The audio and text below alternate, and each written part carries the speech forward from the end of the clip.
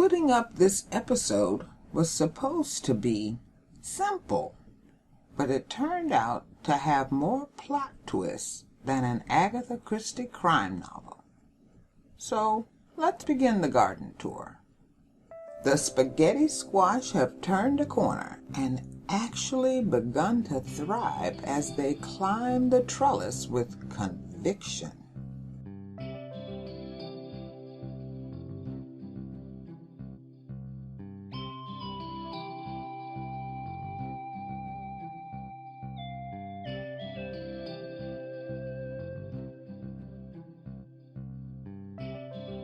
The zucchini squash have also begun to sprout female blooms, so things are looking good there too. The outtakes that played rabbit to the box-bed spaghetti squash turtle have slowed down, but are producing fruit, so I can't complain.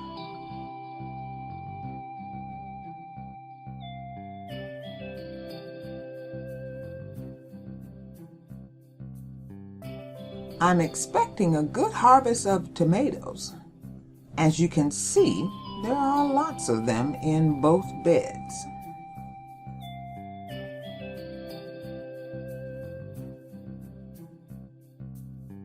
Ditto for the corn, where a couple of ears are almost ready for harvest.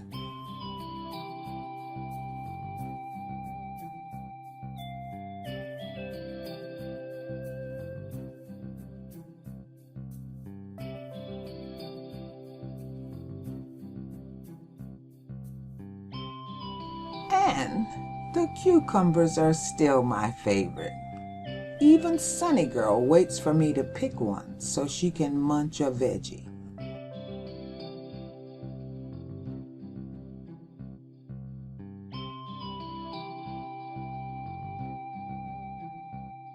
This little guy where I cut out the squash bug is still holding his own and in recovery. And with a million marigold plants, I finally got one flower. On to the pole beans with the resident tomato plant and basil. They are steadily climbing the support strings. One even got so carried away it climbed through the mesh at the top.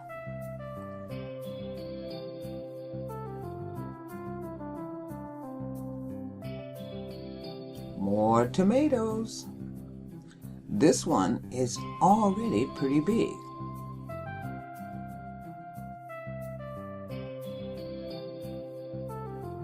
And now comes a plot twist in the long beds. The bush beans, kale, collards, and strawberries have been feeding me, but I told you about my disappointment with the corn. After filming this, I went back and pulled out all the corn. Less nitrogen feeders in the beds. And I even started a quick compost system that should give me grade A compost every 18 days. And that's where the corn went. I then looked up veggies I could plant during the summer but didn't want to grow them in the long bed from seeds, and got the idea of vertical planters. So once again, off to the workshop. But who could know there were dark clouds forming on the horizon that would grind everything to a halt. But I'm getting ahead of the story. On to making the vertical planters.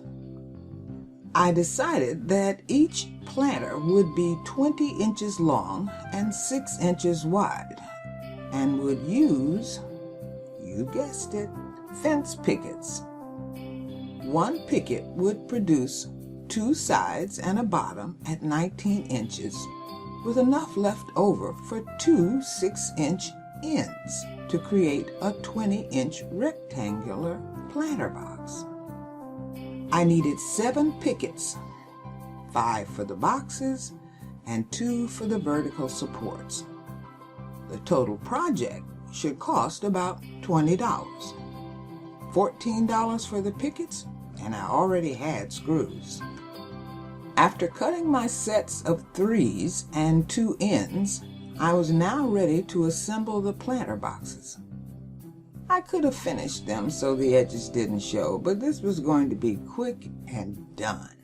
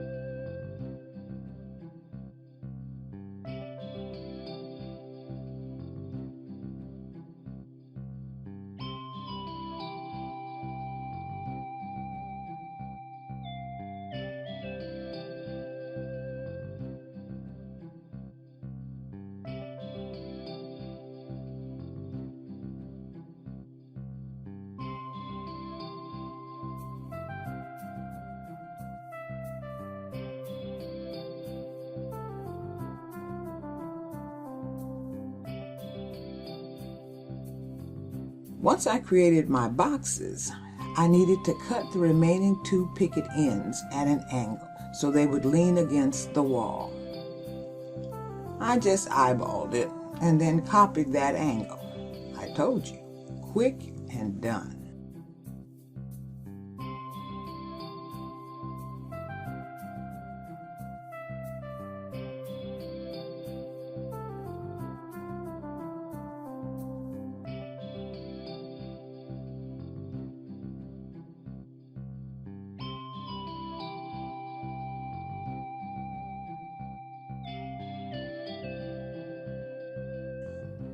Now I could take them outside and set up the pattern for the first box and make sure it was level with a slight downward tilt to easily see the veggies. And of course, Sunny Girl was there to supervise and dig holes. That done, I simply used the nail gun to set them in place, followed by the much hated pre-drilling the holes to finally anchor the planters for the exterior screws.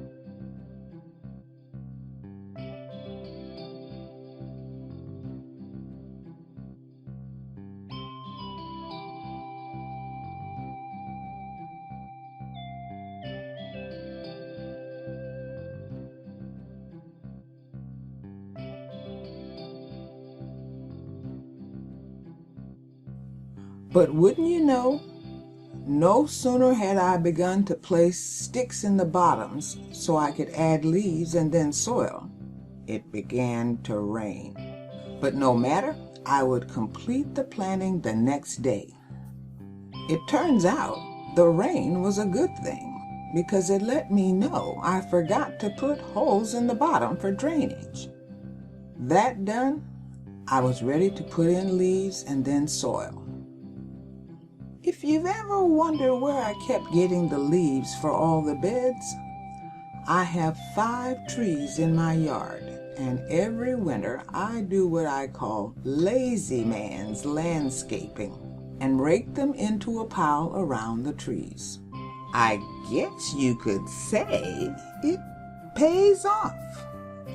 I was able to fill all the planter boxes using my soil preparation process.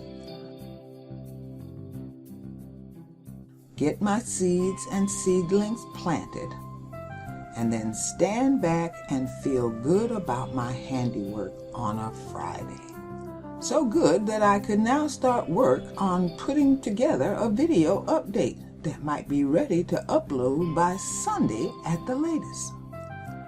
But this is where the dark clouds move in. I finished work on Friday, met a friend for lunch on Saturday, and then woke up on Sunday with the sickest feeling you could imagine. And rather than getting better with bed rest, it actually got worse. For the next 4 days, I could not keep anything down and seemed to grow weaker by the minute. But I made it through. In the meantime, I'm slowly regaining my strength, but almost a week has gone by. And the garden has exploded with growth that I look forward to showing you. But right now, I think I've earned a van adventure to help me reset all the stuff I mentioned. Take care of yourself, and see you next time.